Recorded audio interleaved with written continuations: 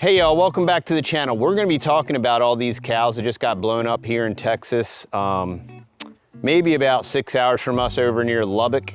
But before we get into that, I'm in the front food forest. There's a lot of large established trees here, but I also refer to this as my nursery. I've been propagating trees for about 4 or 5 years now. What I've learned is once I want them to graduate from the little 4-inch propagation pot, I put them in a larger, like 3-gallon or a 5-gallon pot in the ground, and then I heavy mulch them. That makes them require much less water.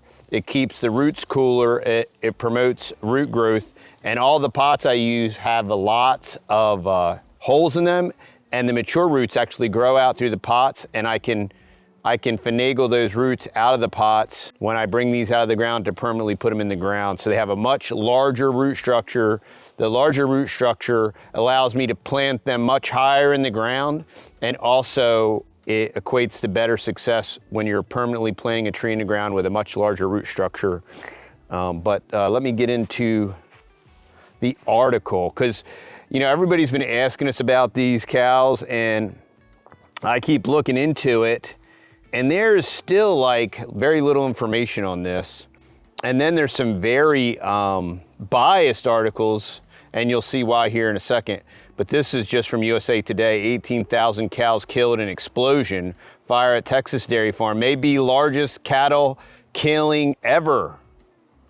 The fire spread quickly through the holding pens, where thousands of dairy cows crowded together, waiting to be milked, trapped in deadly confines. Now, this is a milking CAFO, y'all, and this is part of what's wrong with big ag, and this is part of why big ag, and this is why big milk is no good for you at all.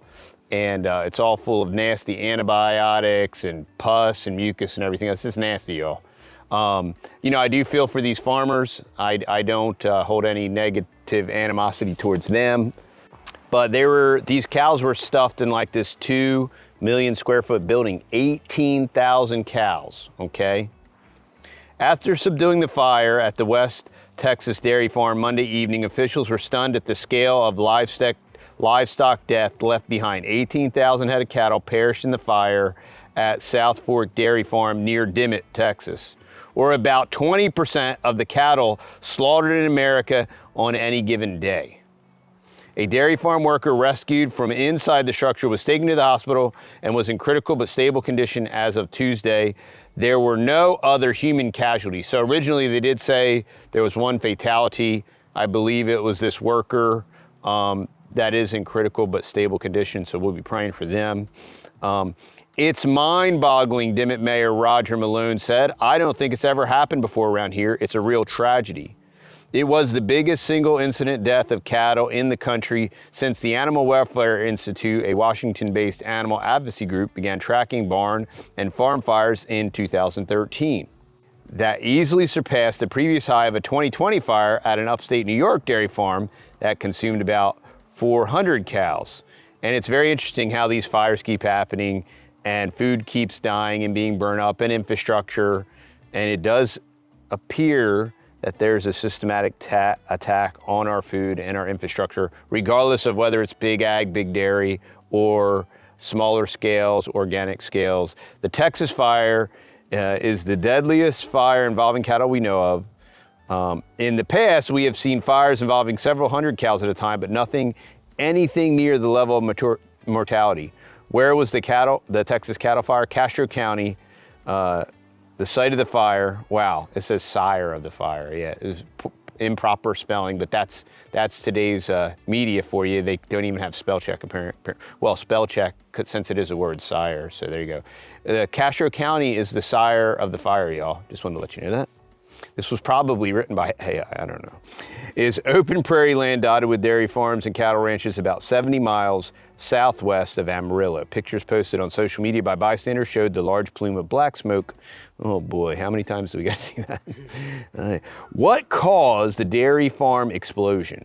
All right, y'all, this is a value for value proposition. So if you do appreciate the material and content we put out, the great, awesome guests we have on, like Curtis Stone, please go to TheTexasBoys.com and check out our awesome unvaccinated organic honey and other great products, CBD, lion's mane coffee. We got some Texas native mud and some other mushroom blends on there that are the bomb diggity. And we want to thank all our customers. Thank you for being patient. We are a little homestead here, and we're a family owned and operated business. We do want all of our products to be fresh. So many things like the CBD and lion's mane is roasted after you order it, and then we vacuum seal it in the bag and send it to you. So be patient with the shipping process, and thanks again. We love you.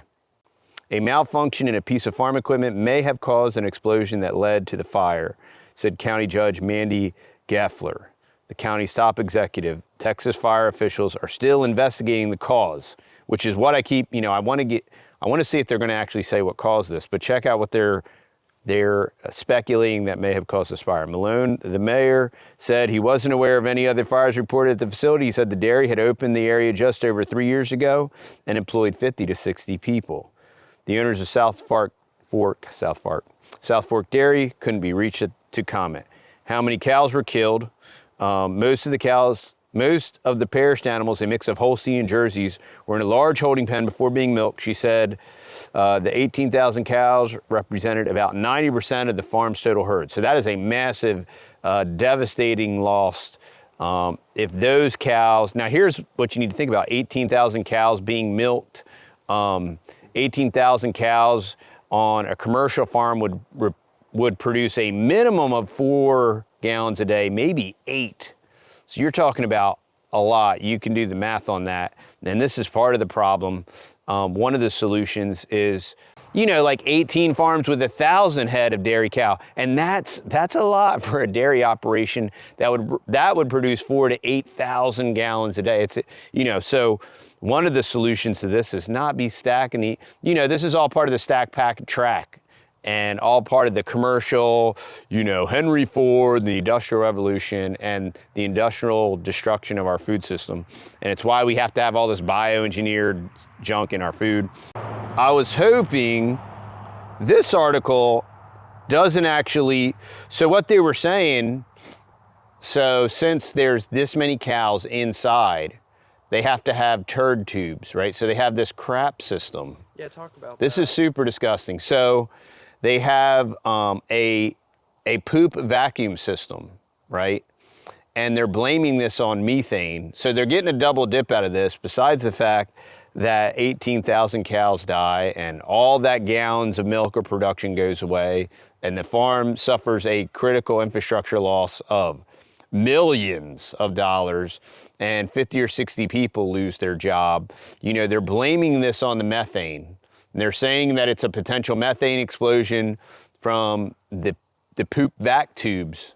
And the buildup of methane gas and all this stuff. And this is where they get these hockey stick charts from Big Ag and Big Dairy to make these methane claims that they're harmful to the environment, while not even considering the whole herbivore process and how they actually eat down, and that in turn, with the new growth of the grass, sequesters carbon, so they completely don't even consider the rest of the cycle. And with a commercial, with a big commercial production, you kind of, they finagle so much of the process, so they go along with the dialectic.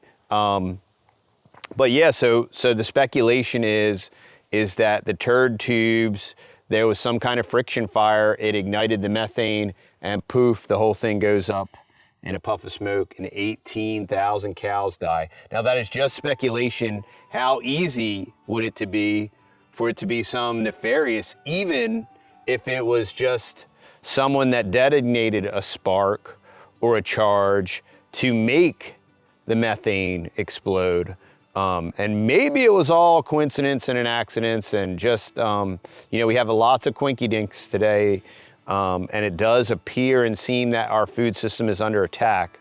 But there isn't a whole lot out there. They still, that happened almost a week ago, and they're still saying they don't know what caused it, and they're still investigating it. And having been at many dairy operations, it's really sad. part of the solution is decentralization and stop packing so many cows. If you didn't have so many cows under one roof, you wouldn't need a turd vacuum system, all right? You wouldn't need, and there wouldn't be a potential of buildup methane for that to even happen. And the cows would get to graze on real grass and the milk would be even better. And I mean, we have milk machines for Pete's sake.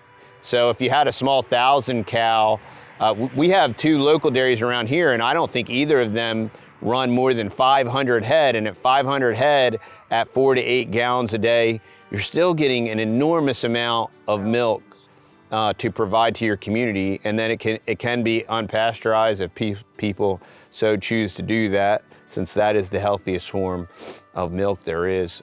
We're currently non-dairy, so we don't have a dog in the fight. We did at one point in time have an A2 cow, and we loved her, and she provided us with fresh, delicious, healthy A2 milk, but we no longer have that. But yeah, that's the story for today, y'all. Yeah, thanks for watching. I do want to remind y'all about Curtis Stone's property purchasing program, where he teaches you how to evaluate and select properties for the sake of homesteading, buying a property for investment or what have you.